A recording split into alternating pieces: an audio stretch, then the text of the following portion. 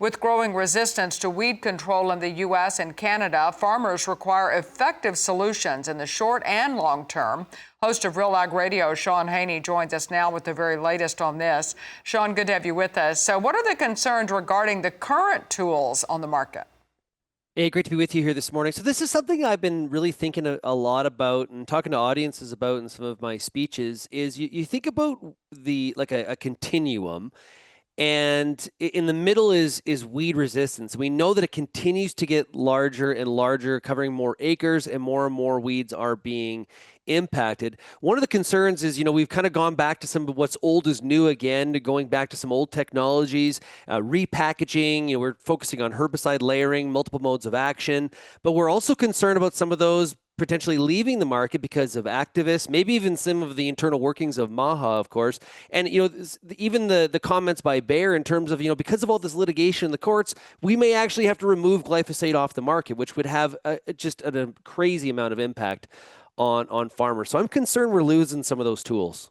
Absolutely. And so what about the next technologies that farmers could be using?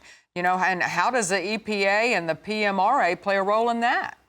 Yeah, so our two main regulators, of course, the EPA in the U.S. and PMRA in Canada. One of the big concerns is they're moving slower than they should be when it comes to some of the new registrations that are in front of them.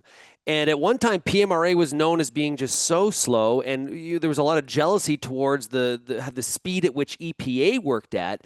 And that's changing. A lot of criticism in the U.S. as I talk to crop protection manufacturers in terms of just the slowness and the lack of predictability that is in front of them.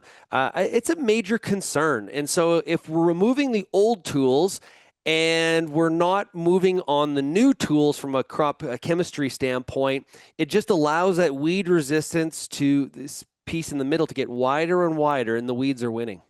Definitely so. And of course, always so much red tape involved. So what about robotics and automation? Is that a solution? Is that realistic? Well, I think it's out on the horizon, and if you think that it's going to be more difficult longer term to get new actives to market, which we know is a problem. There's always mechanical removal. You think about the access to labor to do physical mechanical removal. That seems very laborious. Of course, machines can do that. It's a little bit easier in some crops than others. There's a lot of people working on those kinds of technologies, and there's also some of the technologies like where we're applying fire or rotary disc things like that. Maybe we'll have a whole bunch of robots going through the field. And what about artificial intelligence and the role that it plays, maybe helping EPA to get through some of those applications faster than they have been? That is a good perspective there. That's host of Real Ag Radio, Sean Haney. Appreciate your time and that update. You can catch Sean on his show, Real Ag Radio, which airs at 4:30 p.m. Eastern, weekdays on Rural Radio, channel 147 on Sirius XM.